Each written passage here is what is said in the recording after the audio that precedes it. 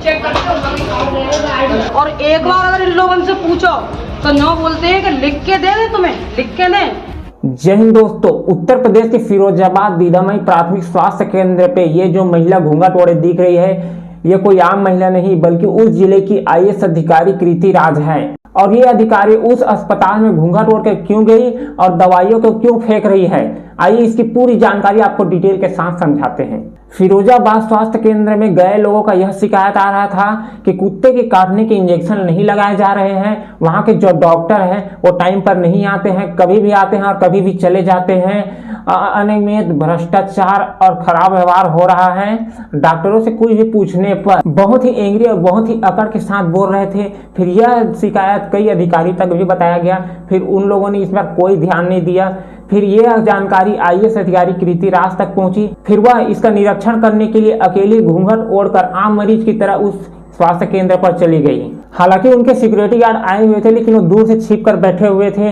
फिर वह अधिकारी जो स्वास्थ्य केंद्र पर 20 से 30 मिनट भ्रमण करने के बाद यह पाया कि वहाँ पे जो कुर्सी टेबल है उसमें बहुत सारे धूल जमे हुए थे। जो वहाँ के डिलीवरी रूम होते हैं वो बहुत ही खराब स्थिति में पड़े हुए थे, जो बेड होते हैं। और वहाँ की शौचालय जो बाथरूम है वो तो बहुत ही गंदे हुए पड़े हुए थे। फिर वह आम मरीज की तरह लाइन में लगकर पर्चा कटवाने के लिए गया। फिर पर्चा काटते वक्त उनका नाम पूछा गया। फिर नाम पूछने पर वो घूंघट वाली महिला ने बताया कि मेरा नाम आईएएस अधिकारी कृति राज है। फिर पर्चा काट रहे स्टाफ के पसीने छूट गए। फिर वह बाकी के पुलिस फोर्स आए, फिर उस अस्पताल में छानबीन किए। फिर उन्होंने ये पाया कि वहाँ जितने भी कार्टून में दवाइयाँ रखी हुई थी वह सब दवाइयाँ, आधे से ज़्यादा दवाइयाँ एक्सपायरी डेट हुई पड़ी हुई थी। फिर वहाँ के एसडीएम ने कैसे दवाइयों को फेंका आप स्क्रीन पर देख सकते हैं। तुम कैसी फार्मासिस्ट की ड्यूटी कर रहे हो? चेक करते हो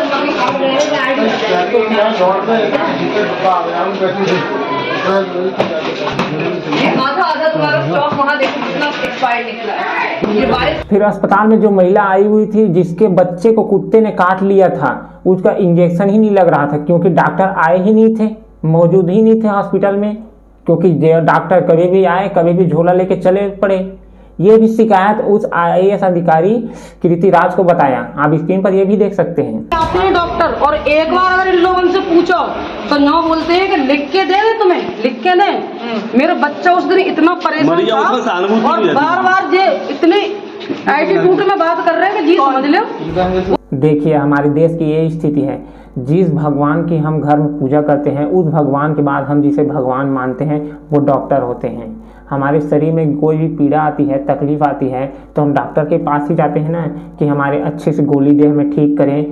बोला जाए तो एक तरह से हमारे शरीर को दूसरा जन्म देते हैं। एक जन्म तो परमात्मा दे चुका है और दूसरा जन्म होता है वो डॉक्टर के हाथ पे ही होता है, तो हम उसे भगवान ही मानेंगे ना।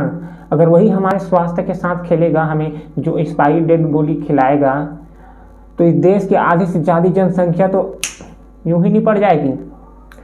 यही स्वास्थ्य केंद्र नहीं, यहाँ से कई हजारों कई जगहों पे ऐसे ही सिस्टम चलता है। जैसे कि कोई हॉस्पिटल में, अगर मैं एग्जाम्पल के तौर में बताता हूँ मेरे एक्सपीरियंस से, कि कोई भी हॉस्पिटल में अगर जाओ तो वहाँ जो गोली देते हैं उसको बताते हैं कि इतने टाइम में खाना, इतने टाइम खाना। और जो पढ़े लिखे नहीं होते, मतलब बोल सकते हो जो पढ़े लिखे नहीं होते हैं, अनपढ़ लोग होते हैं, है ना, उसको अब फिर से उसको समझ नहीं आया कि इतना टाइम में खाना है। फिर वह दोबारा पूछने पर, डॉक्टर से दोबारा पूछने पर अकड़ के साथ बोलेंगे कि आपको एक बार बताया समझ नहीं आया, तो ऐसा नहीं होना चाहिए।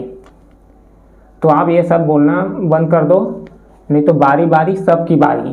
जी, मेरे पास एक शिकायत प्राप्त हुई थी दीदामई हॉस्पिटल के संबंध में कि वहाँ पे कुत्ते के काटने के बाद जो इंजेक्शन लगाए जाते हैं, 10 बजे से लोग वहाँ पे अपना इंतजार कर रहे थे डॉक्टर का और डॉक्टर प्रेजेंट नहीं थे, जिसकी वजह से बहुत अफरा तफरी मची हुई थी।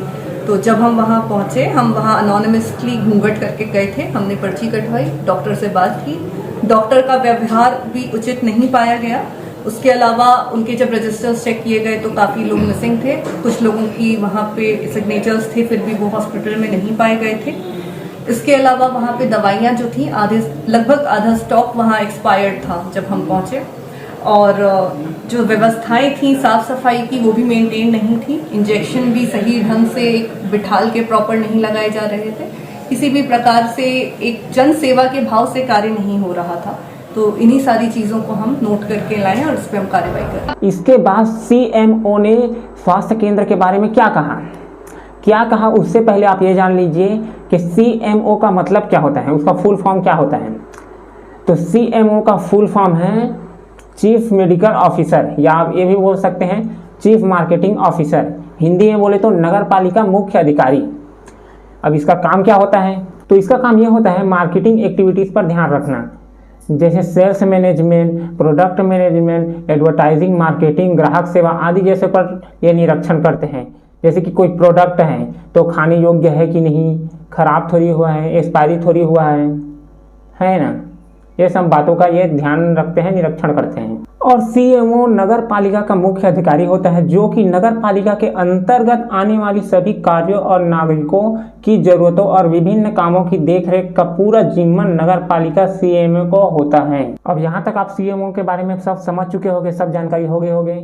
तो आप स्क्रीन पर देख सकते हैं कि सीएमओ ने स्वास्थ्य केंद्र के बारे में क्या कहा।